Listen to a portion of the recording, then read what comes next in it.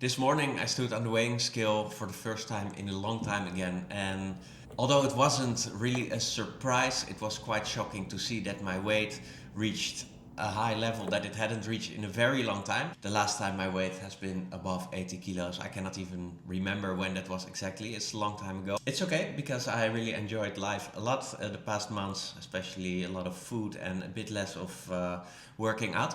But now I feel like I want to take things more seriously. I'm getting married in 4 weeks and my goal is to lose 4 to 5 kilos before my wedding. So in order to reach the goal, there's a couple of things that I do. I've done that in the past and then it also worked very well. So I'm going to do that again. And then in 4 weeks, I'll record another video and see if it has worked. So the first thing that I actually did already a couple of days ago is to cut out all added sugars. It's I think almost impossible to cut out sugar completely out of your diet without doing too extreme things, but at least cutting out sugar, like added sugars that come from drinks, from candies, from chocolates, from desserts, cookies, whatever. That is quite okay to all cut out. And I reached a point where I was craving anything sugary so much in the evenings and always just order something in or get something. That it almost felt like addiction actually. So in a later video I will share more details about that.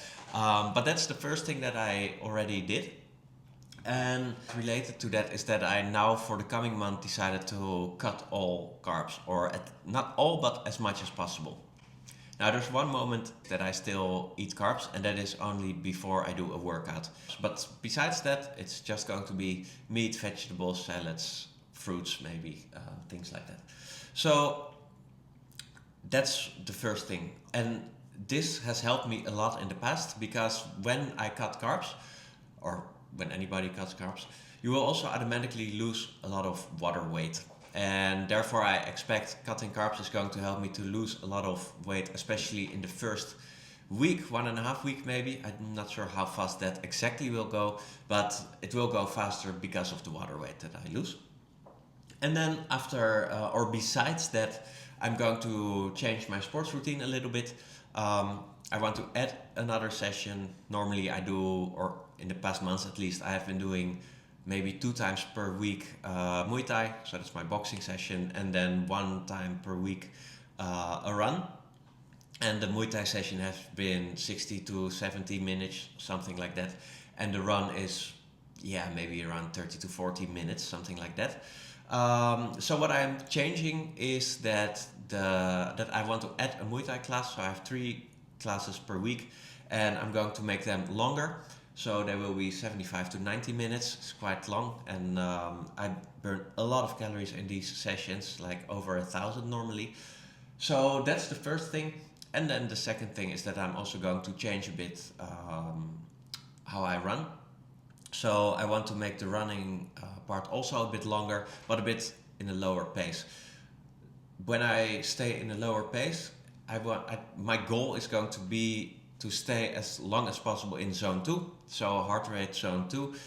It's a bit complicated to explain all of that in this video and it's also not the topic, so I will not do that now, maybe in another video one day. But with Whoop, this tracking device, I can see during a workout what my heart rate is and in which heart rate zone I am more. It's not 100% accurate, but if I stay in the middle, it should be pretty accurate. So by staying in zone 2, I can actually lose a lot of calories and at the same time continue for a long time. So my runs now will, instead of be like 30 to 40 minutes, I will also try to, if possible, even double it from 70, 80 to maybe 90 minutes. I think by going in a much lower pace, it should be doable to stay there in a long time. The bigger challenge is to actually stay in zone 2 because it's quite an awkward pace. I tend to go a bit faster because it's faster than fast walking, but it's slower than a jog. So it's a bit of an awkward pace. Anyway, I'm going to try to stay in there. And then after 4 weeks, I'll record another video. I will get on the scale again. Of course, I'm going to keep on doing that coming weeks as well. But then we'll see the end result. I am quite confident that it will work, and if it works, I think it's a great concept for losing quite a lot of weight pretty fast. So I will let you know how it went in a future video.